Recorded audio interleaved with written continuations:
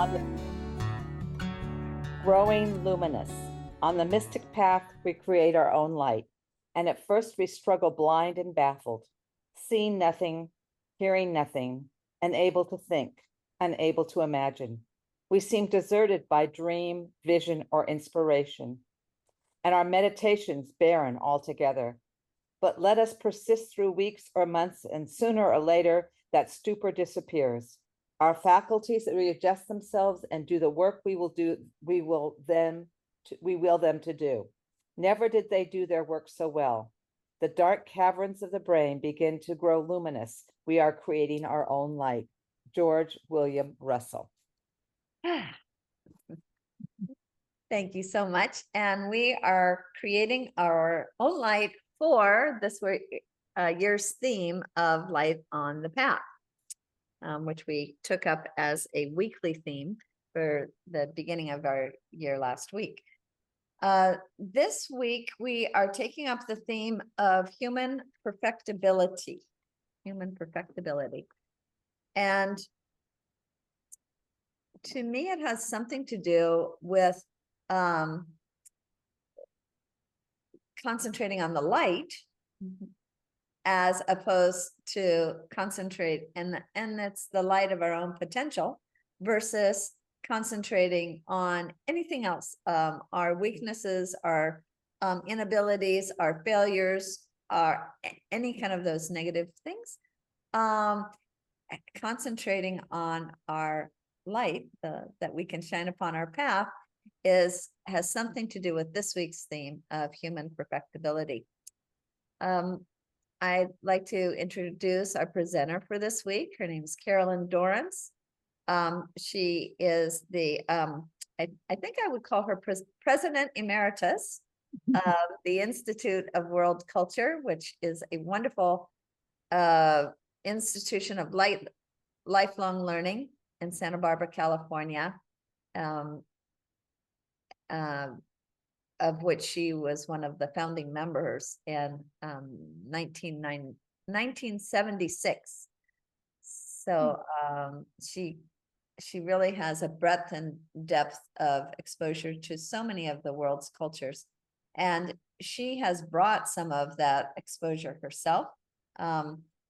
She's a professor, and she has taught courses in history and philosophy and women's studies and the different social sciences.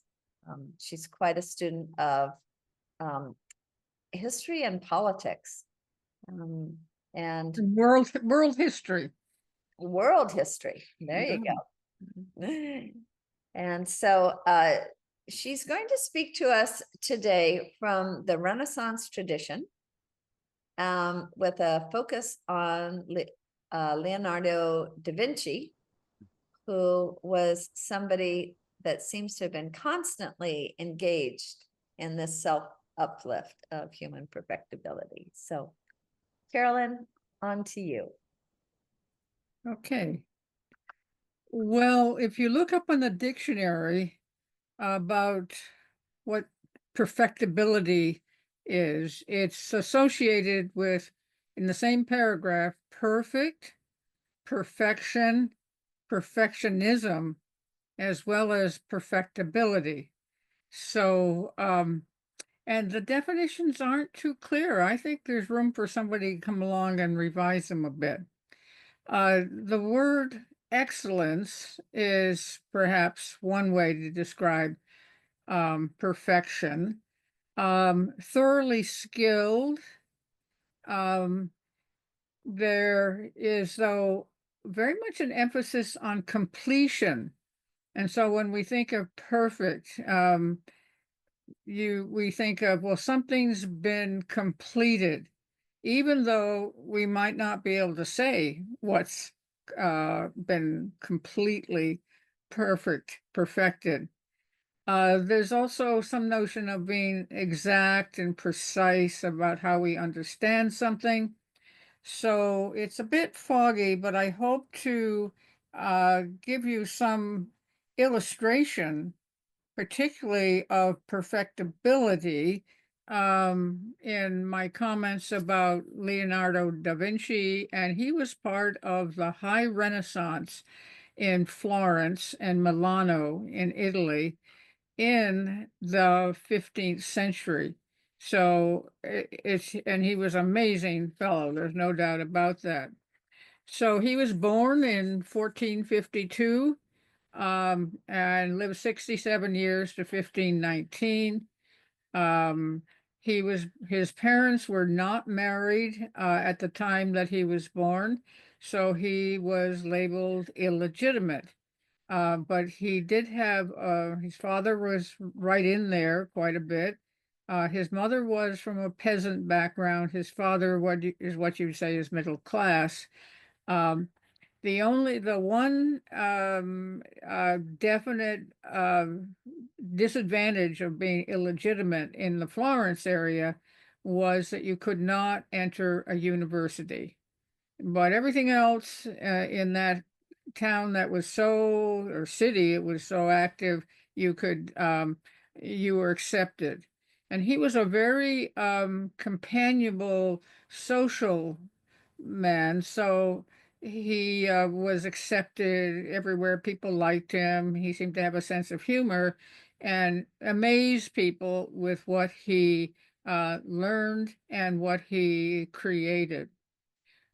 He spent his birth near the village of Vinci, which is where he gets that name from, um, was a very very soft one, so to speak, except around it there was nature. And this is fundamental to him.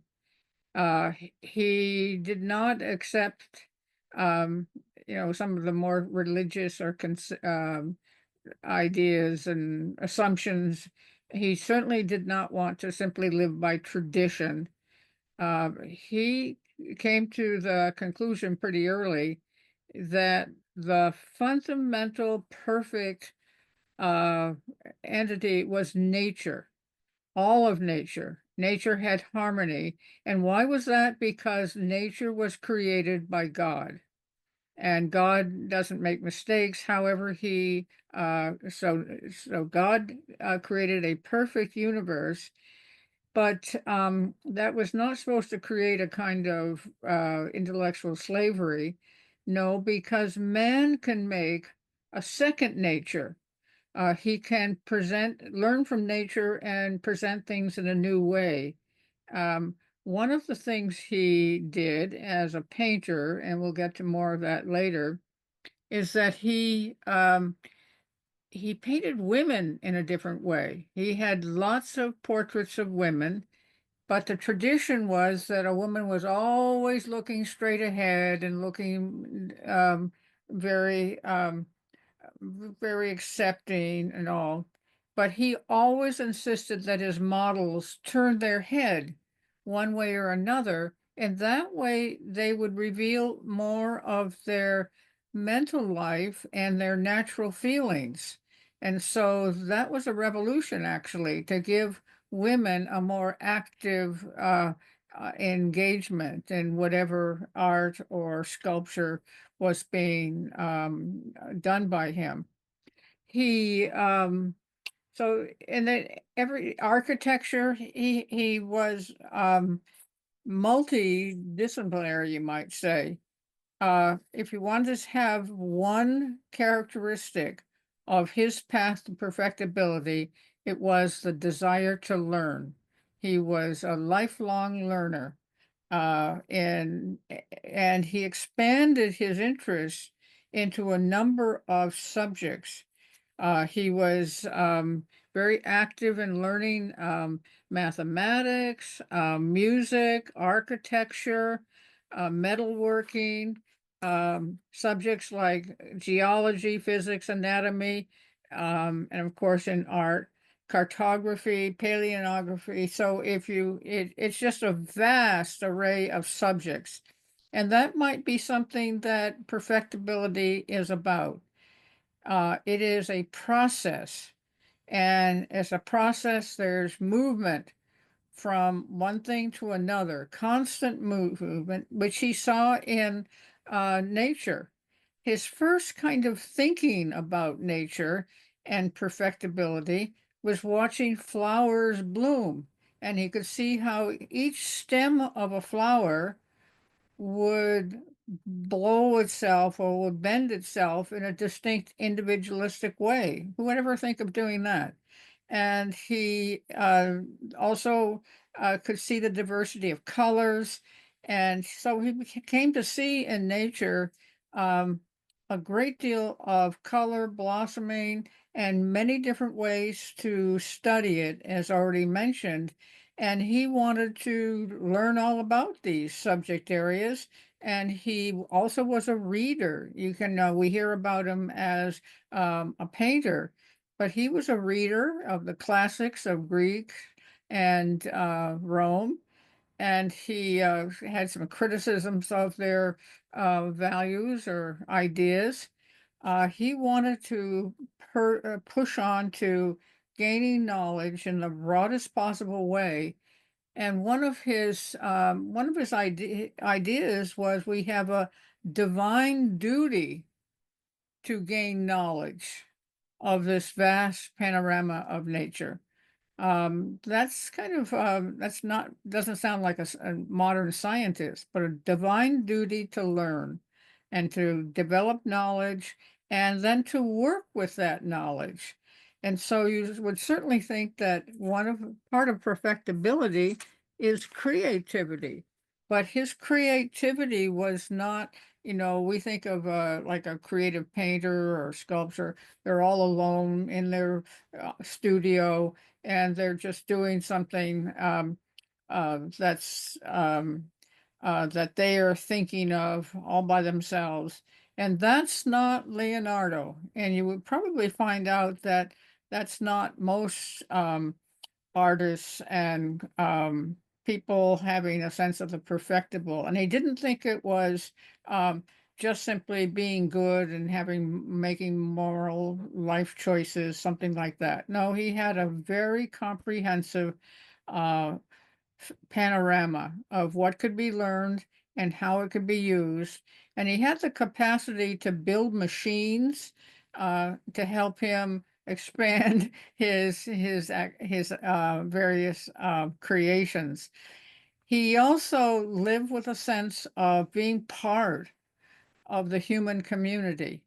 He had a definite sense, and we could say that this must be worked into some notion of perfectibility, that humanity was very fully endowed with many, many, many qualities. And that humanity actually provided a unity, but it also provided a subject for study. And for him, he was one of those rejecting the focus on original sin. No, look to the mind. He talked a lot about the movement of the mind, that intellectual activity was good, but you also needed to look at emotions, feeling, and you had to include animals, plants, everything that exists is should be understood. And so a perfectibility of the whole of nature would be the ultimate goal, but we don't really know if we can do that. But at least we can find some sort of model to kind of guide us. And so he did use some notion of community um, and of working together on things. At one point, he helped Michelangelo prepare for the building of the Vatican buildings, but he didn't himself. It was near the end of his life. He didn't himself work on that. So, but we need to uh, kind of explore possible aims of our process, a purpose, accomplishments, and all of that needs to be both appreciated and used to further expand your quest for knowledge. So his creativity was very much involved with other people. There were all sorts of painters, sculptors, writers in Florence at that time. And when he moved to Milano after 20 years in Florence, he found the same kind of community of support. So that was his aim, so to speak, to learn everything he could. And but there are stages of learning. In painting, he learned how to mix paints and what would work. He mastered perspective. He wasn't the first, but he learned from the man who was the master of perspective. He was very known for his ability to do shading when he painted, to work with colors, to appreciate colors. None of these black and white kind of portraits. His most important advice to any student for being a sculptor or um, the an artist is to a certain technique he had of he put a mat down on what will become the background of a painting and put all these points that outline the design and then sketch, use that, pick that up and sketch. And he totally emphasized sketching. So for him, perfectibility required preparation, and it required kind of firmly trying to envision what it is that you're going to create. It's not just a wild last moment kind of thing. So he was very excellent at that sketching and teaching that sketching. He also became scientific. He said, the more you learn, you can see that there's not just harmony, but there's you can experience um, the operations of nature. And for him, experiencing s- X, Y, and Z, that was essential to perfectibility. You couldn't just kind of have some treatise where you kind of speculated or something like that. So it was what he designed. One label of what he was trying to do was a discipline of experience. And he was viewed as a very rational man. So we sometimes think of the creative artist or something as kind of an out of control wild person. That was not him. He was very, very careful to bring in scientific observation, to make calculations and raise questions, to doubt his own propositions. Um, and he said later in life that the real knowledge of nature was superior to a universal education, which he concluded would be something you would get in your way of your imagination. But you had to combine imagination with facts, and that created kind of a current of expanding um, and moving towards a more perfect expression of what was there. He had two fears, though. One fear was just that there was so much going on. There was so much controversy. There was so much change um, that maybe things will get out of control. And he also feared desire, which he thought as two competing psychology, so to speak. And these contrary emotions came from his being walking into a cave. And he seems to have experienced a kind of darkness in that cave that taught him that, well, maybe this is part of life. Maybe it is a source of evil.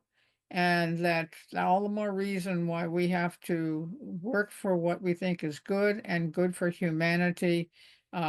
He spoke about brotherhood.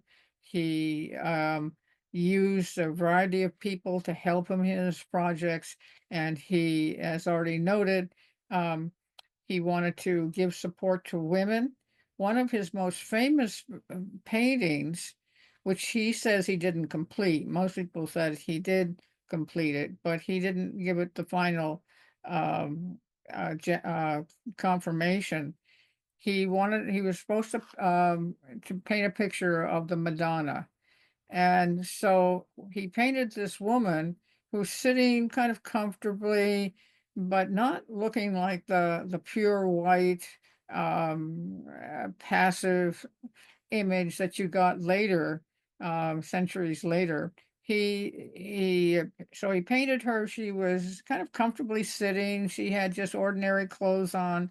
In one arm, she had baby Jesus, and in the other, she had baby John the Baptist.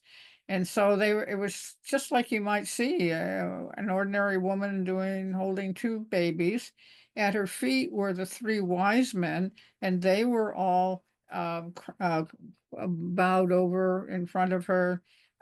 They weren't looking like, priests walking across a desert or something. And then he filled it in with about 30 human beings all gathered around. The people were there, and it was a breakthrough in portraying these religious icons. It was a breakthrough. Say it was a people's event, and we should give images of people that show them as ordinary human beings, but with the divine, with the more light that you could bring into some of the figures, like the Madonna, then that was bring you closer to a perfect rendering of the what is to be adored. And so he kept doing that. Now his perfectibility included a great deal of revision. And you might say that that's for willingness to question what you have thought, what you've done, and makes changes, which is why he has the reputation for not completing a large number of his portraits. If you go on board, um, you don't find that many. Even the Mona Lisa, which many of you may have seen, um, and looks pretty complete, but he didn't see it as complete.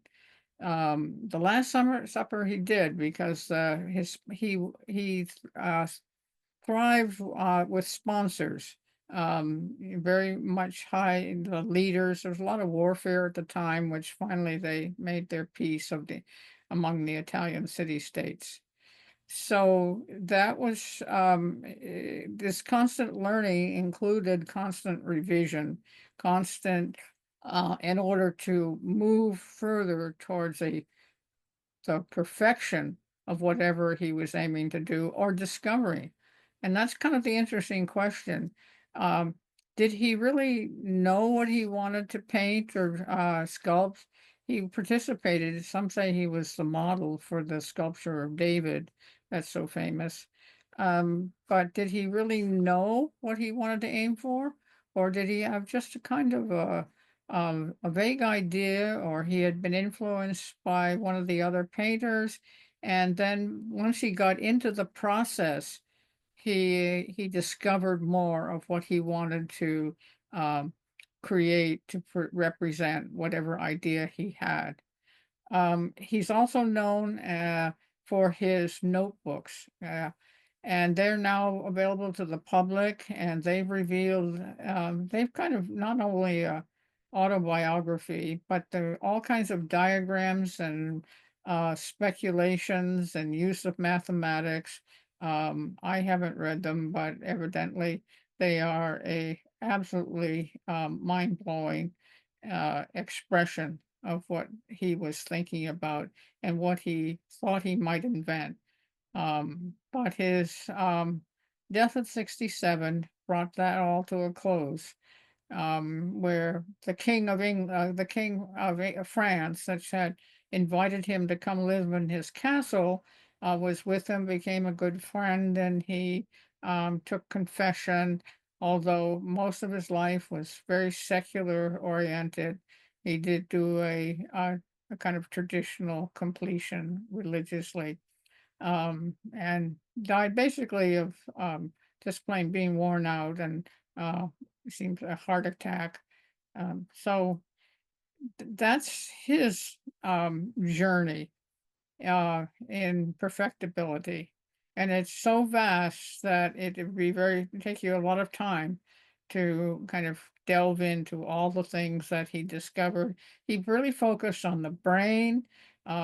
He and he wanted to know a lot of questions he didn't get to, like what's the nature of dreams? How do you explain breathing? Um, he dissected cadavers. He did all kinds of things that wouldn't expect artists or painters to do. So maybe we'll leave it there, and like to hear some questions about, well, what constitutes perfectibility? What does it have to be something that has a truthful foundation? Leonardo would say it has to, in some way, express honestly some aspect of nature. So that would be the kind of foundation. But within that foundation, he valued freedom, and he certainly explored all kinds of things. He built his own machines, do some rather spectacular things. And he also did work on architecturally on churches. So that was part of his, and he was very much praised for, and felt gratitude felt by ordinary citizens for dressing up and making more expressive the everything about the world, the city that they lived in. So, where are your Much, questions? Carolyn. That was really an informative report for us, framed in, the understanding to a great degree of this idea of human perfectibility that I think all of us would like to look a little deeper into. I thought to kind of give it the extra push, because I think this is what you'd like us to talk about. I'd read the quote for the week in our Still a Moving Center Almanac for Human Perfectibility. It's by George Washington, the US first president. The world has never seen the last stage of perfection to which human nature is capable of attaining. Mhm.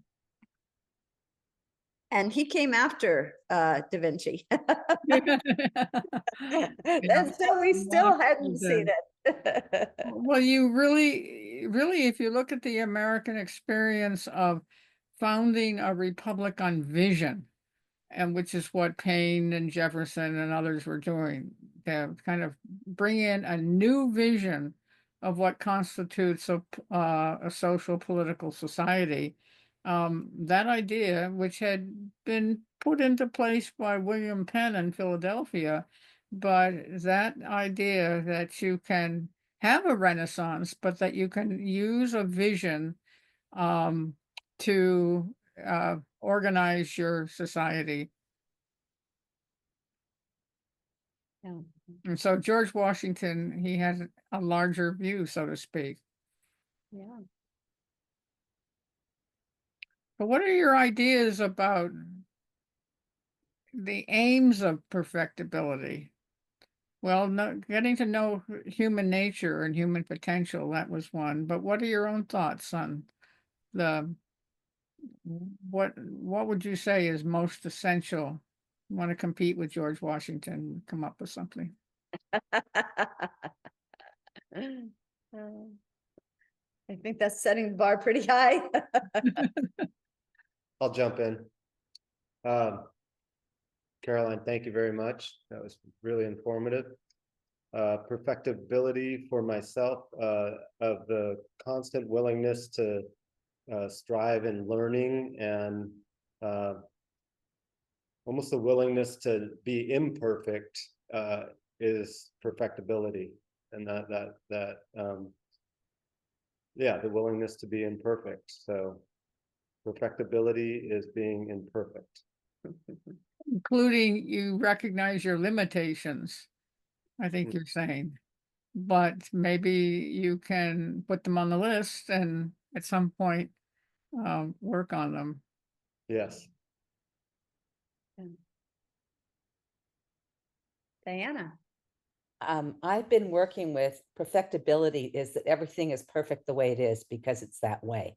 And I think that we think it has to be different, and it can be, but it's almost like if we really get that that perfectibility is an ongoing process, and that's what he spoke of, and that it keeps going. And you talked about envisioning and seeing what we wanted. So I think in line with that is realizing we are imperfect and we are perfect the way we are imperfect. You know, and I think that it's being starting to envision, and as Tony would say, you come from the vision. It's not that you have a vision out there, but how do you live your life with the vision of perfectibility, or doing the best you could with the information that you have. And I think that's true for everybody, whether they're good or bad, they're doing the best they can with the information they have, unless they're a sociopath or something. And the idea of constant learning and constant revision, that because something seems perfect doesn't mean it's stagnant. It means that it's growing and changing.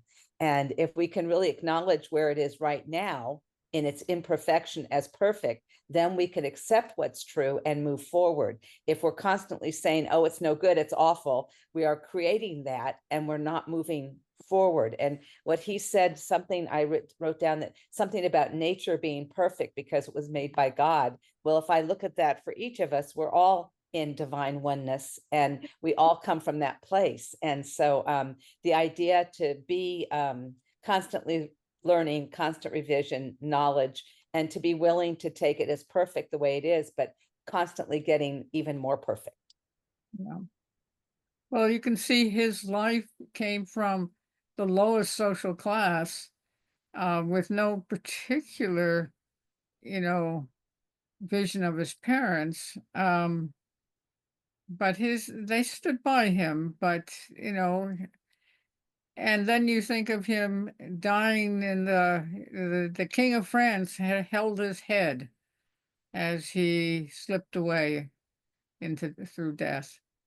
And he himself, during that kind of confessional period at the end, he apologized for, in a sense, not knowing everything and making mistakes. I mean, he was recognizing, and perhaps too much, the limitations of what he had accomplished, when everybody else was saying, no, you could accomplish a great deal.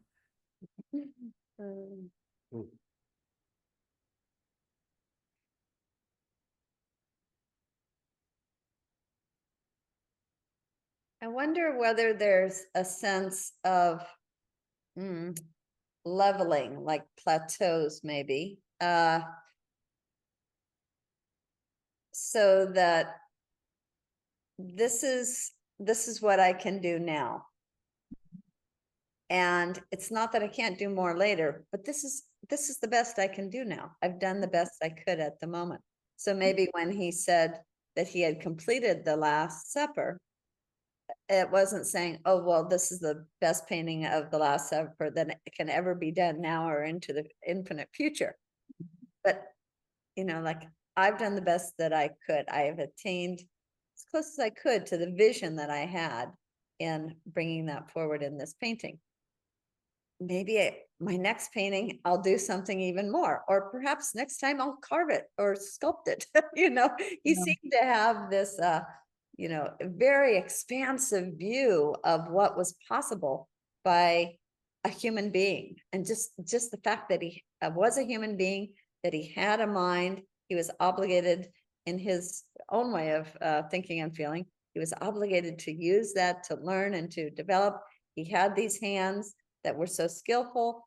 He was going to use those hands.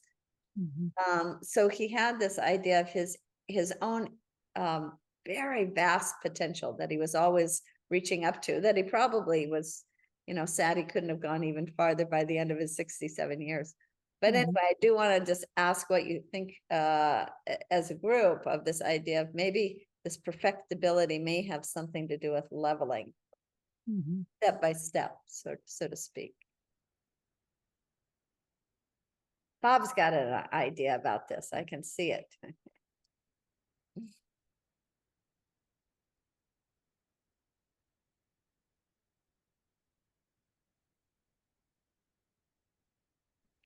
Yeah, well, on mute.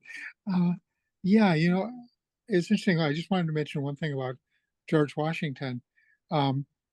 George Washington, in his notebooks, always was working on himself. He always had lists of things to say, oh, today I got angry at such and such. I've got to work on my tolerance of others. I've got to work on this, work on that. So he was very conscious of that element. And I think that may be something to look at in terms of Leonardo too, because The Last Supper is an amazing piece in many ways, but one way in which it's amazing is that all of the participants are individuals. They're talking to each other, they're leaning into each other, but each has a characteristic unique to himself. And that wasn't the sort of pre-Leonardo attitude. There was a certain sense where, seeing as you mentioned in terms of the Madonna and baby Jesus and baby John and that sort of thing, you could see them playing. You didn't see halos around them. They looked kind of individual. And I think that's maybe part of it as well. In Confucianism, we talk about having rocks in a tumbler to work off the rough edges. And that's a constant process. Doing good in Buddhism, we say doing good and avoiding doing bad or evil. And that's kind of an interesting process. Recently, I heard that we don't try to, if we find someone we really admire, say a teacher or a patriarch or a spiritual person, we don't try to imitate them. We try to emulate them. And that has a really interesting quality of how do we emulate another person? Then it's like a working process. Imitating them would be easy, and in a sense, just say, well, that's all there is to it. But emulation is a constant process, and so, yeah, I think that constant process, and as he was working, with anatomy and other things, he knew he had made mistakes, and so he'd constantly working with dissection, working with various things. The difference between male and female body was something he really focused on, and saw the difference between musculature and skeleton and the whole process of that. And he kept working on it. So understanding nature is kind of this endless process. And if you're a biologist, you know that. I mean, there's no end to the things you can discover about animal nature or plant nature. So that's my thought on it. Thank you. Emulation. Emulation, yeah, as opposed to imitation. Good. Z, do you want to weigh in here? Oh, I love this topic. I have so many thoughts. I remember a time in high school, and I think everyone goes through this, maybe, a time where I thought I was perfect. My friends chide me about this a lot, but it was a time when I had just finished all my AP classes and I thought there was no more to learn, and I was just going to cruise through college. And I was really stagnant. I wasn't curious about anything. So I think that was the moment in my life where I was the farthest from perfection. And I have kind of a question. I'm wondering, with the availability of like AI and Wikipedia, you can Google search literally anything. So it feels like we're all kind of Renaissance people in a way because we know so much about so much. But at the same time, there's this loss of focus and a Mhm. loss of, it's so easy to satisfy curiosity that it's hard to hold on to curiosity. I'm wondering if people have thoughts on how to be a Renaissance person when everyone is a kind of a Renaissance person. Mhm. Mhm. Yeah. Other thoughts? Mary, do you have any thoughts on this? I am, thank you. Thank you for your presentation because it opens up a lot of questions. It opens up a lot of different aspects to each individual. Because when, um, like Diana said, that nature is made by God, and how um, Da Vinci said that yes, he learned so much from nature, but to realize how diverse nature is, how unique each petal of a flower will is, and that's how each human is. We are all unique. We are all created in the divine um, image of God, and we're all different. Yeah. And it takes a lifetime to learn, and perfection is reached when we are in heaven with God. Mhm. Amen. Thank you. Anybody else want to share reflections on Z's question about how we all have a Renaissance like access to information, to knowledge, and yet we may not have the curiosity that a Renaissance person like Da Vinci always seemed to have, from what we can tell. He always thought there was something more for him to learn, for him to accomplish, for him to perfect his expression of. He very much treasured or required experience. So when he was out in the fields near where he grew up, or he did take kind of hikes and things like that. He said, you've just got to get out there. You can't just sit in your wherever you live or something and think you're going to just write a book or something. You got to get out there and experience things. But it wasn't a wild kind of thing. It's just like with you experience with appreciation. But that was true in all of, when he some people were really shocked when he started cutting up cadavers. And he said, well, why shouldn't we know more about the organs that are within our body and do so much work for for us? So that was, it was very existential that way. And that was a current spreading. This is all pre the full blossoming, you might say, of the modern world of science, but it was important in influencing others. And people seem to, at that time, and that's another question mark about this, how much is your vision, commitment to improvement, to this dependent upon living in a society where those things are valued. He talked about, he used the term cultural explosion. And we're talking about, he was saying, a cultural explosion. And we know from our own experience here that there's a lot of people that get very threatened by a cultural explosion. So some have said that he was ahead of his time. Well, he was in some ways, but in the two cities he spent the most time, Florence and Milano, they were awake and willing to, be tolerant of his experiments. I think being the Renaissance, is it Z?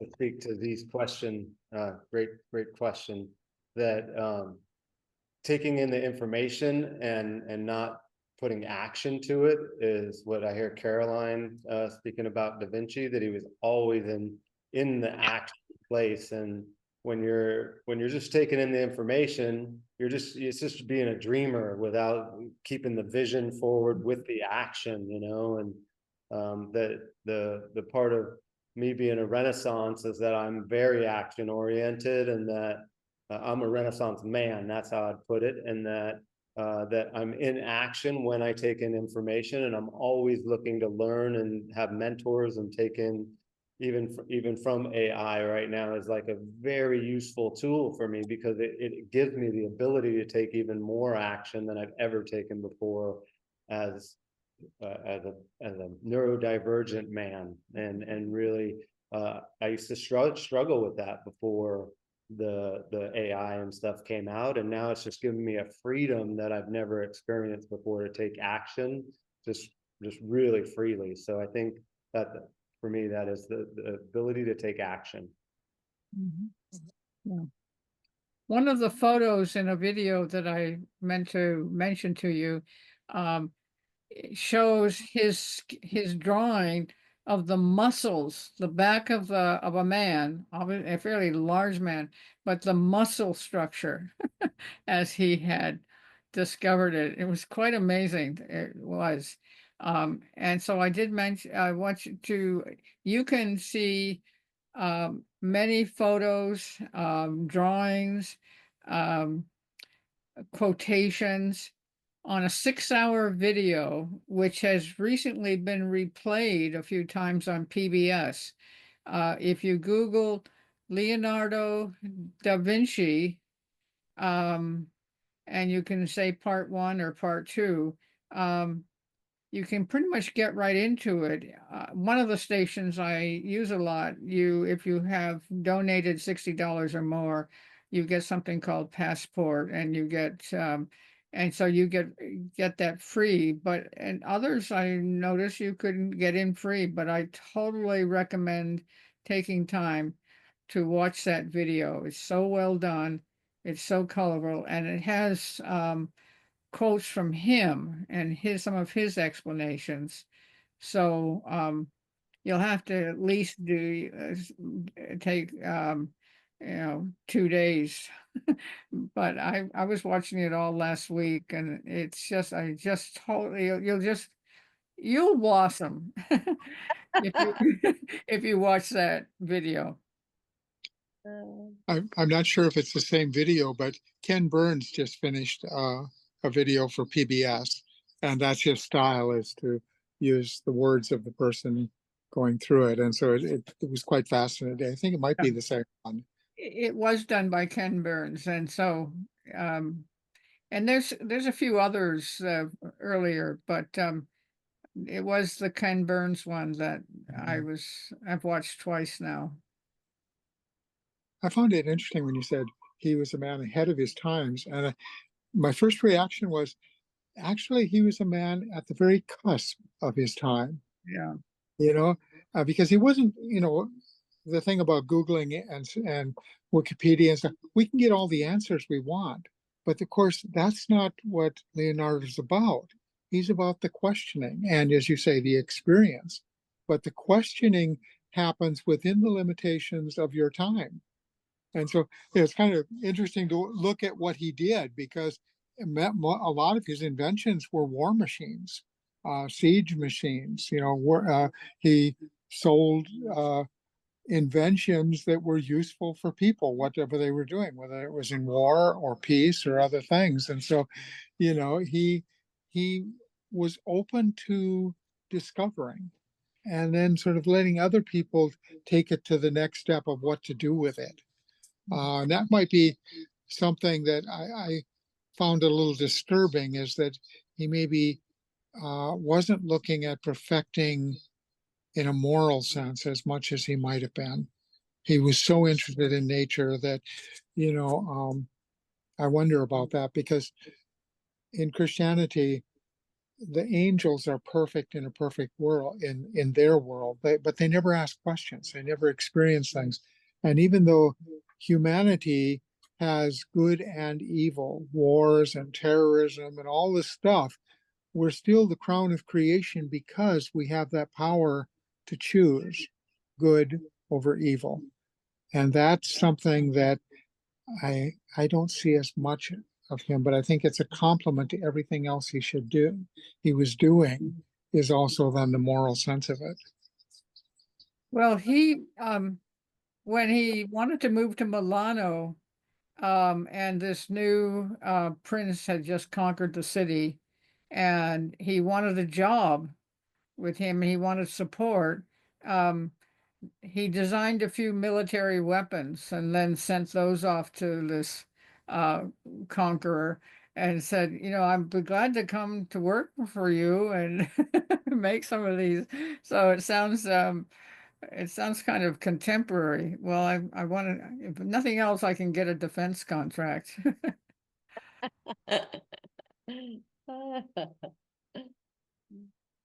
I'd like to return back. Oh, did somebody have their hand up? I thought Margaret. Margaret, were you thinking maybe No. giving a comment?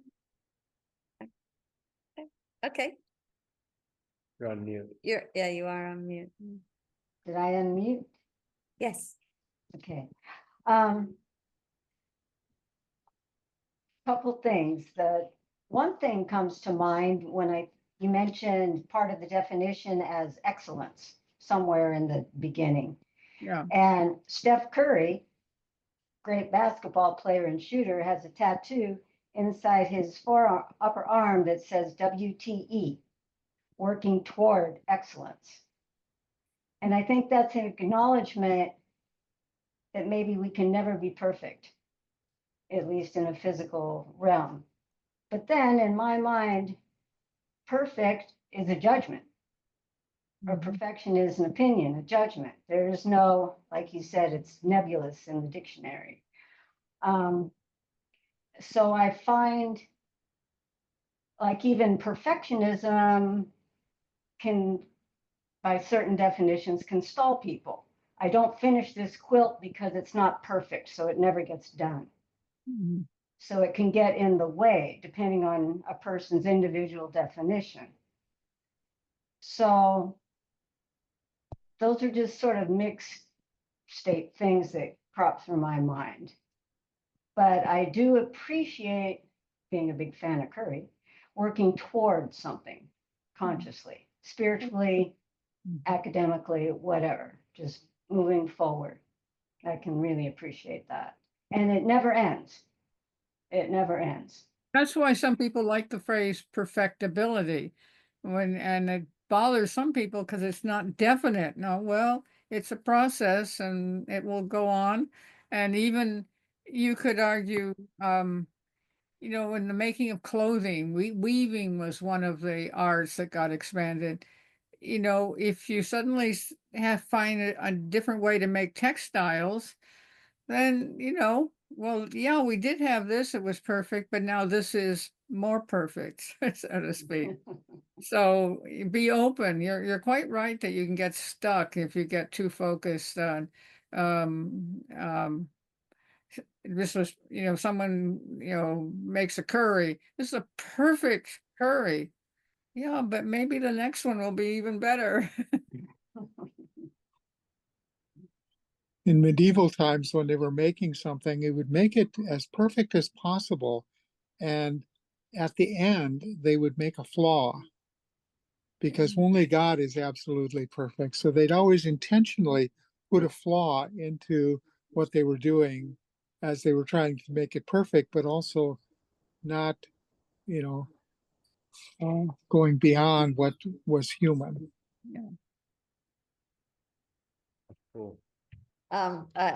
Evidently, in fairly recent times that has persisted. I remember being shown a Islamic or Turkish rug of some sort and being told that there was a flaw in it somewhere. But nobody had ever found it. my OCD self kicked in and I didn't even mean that one. So evidently they actually still do that, at least as of the time I was a little girl. But I wanted to say in regard to Z's question and Tony's response about this idea of asking questions, getting answers, and like, what do we do with them? Do we put them into action in some way with the response, the answer that we get? And like, why was he cutting up cadavers? Was he just doing it for the sake of cutting these things apart because he has, he just wondered? And there's a certain virtue in that, learning for the sake of learning.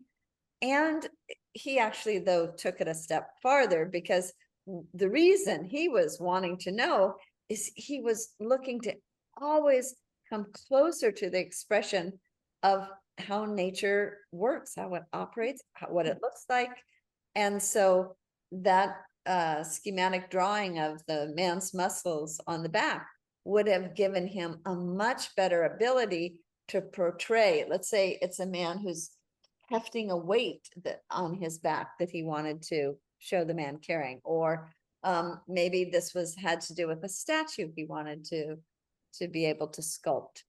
And so he would better be able to approach what had been created in nature through his expression, if he understood what stood behind it, what was really going on the inside, and how it appeared on the outside.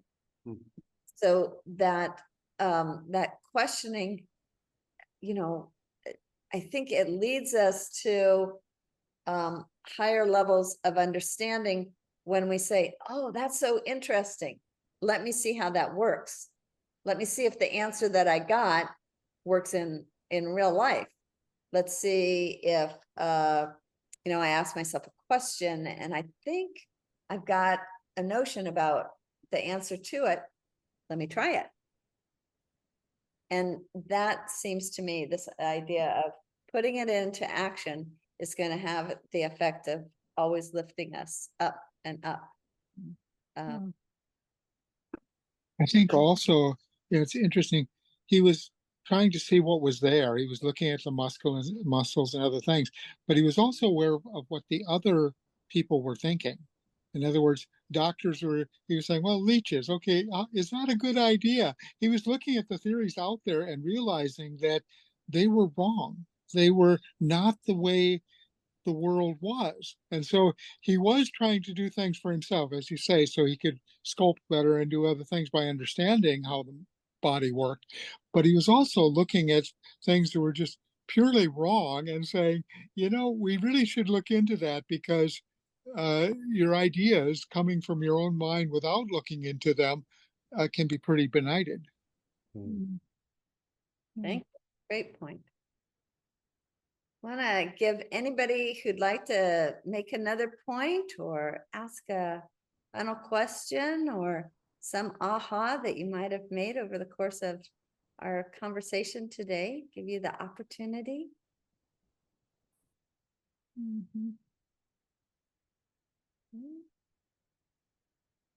I'm going to let you know about our topic for next week. And meanwhile, I'll be asking anybody who'd like to consider giving a vote of thanks to Carolyn Dorrance for her presentation today. The topic for next week, after we've been shining our light upon the path and coming up with some notions on human perfectibility, is now perceiving the invisible. Our quote for the week from the Still Moving Center Almanac, which, if you don't have one, is available. Looks like this. Is from Antoine de Saint-Exupéry, a French person who wrote The Little Prince. You know that book. It is only with the heart that one can see rightly. What is essential is invisible to the eye. So that's our topic for next week, is perceiving the invisible. So let me ask if there's anybody who would like to give Carolyn a vote of thanks for today on behalf of the rest of us. Thank you for your amount of time and study that you put into this, and really the way you presented it with the depth of knowledge that you're studying in your perfectibility to excel. And I can really see that in who you are and how long you've been a professor and someone of the studies. So thank you for doing that today. Thank you. I hope you go watch that video. It will blow your mind. Kim, is there anything you'd like to share before we sign off? I love this.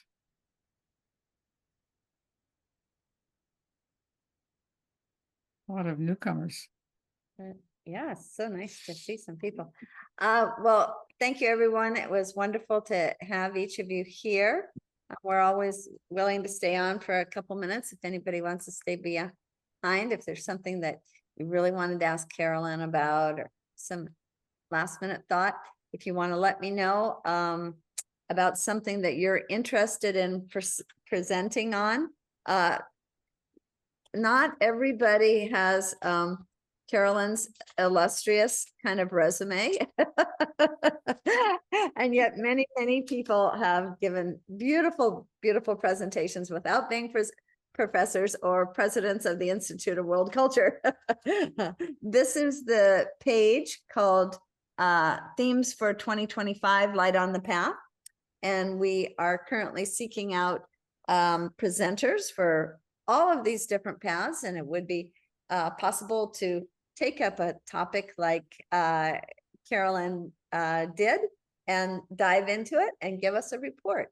And really any of us have that ability, and we wouldn't be here if we weren't lifelong learners. So thank you all so very much, and we'll look forward to seeing you next week. Yes. Thank you for being Thank you. Thank you, Carolyn. here. Oh, there's Kim. She's got her mic.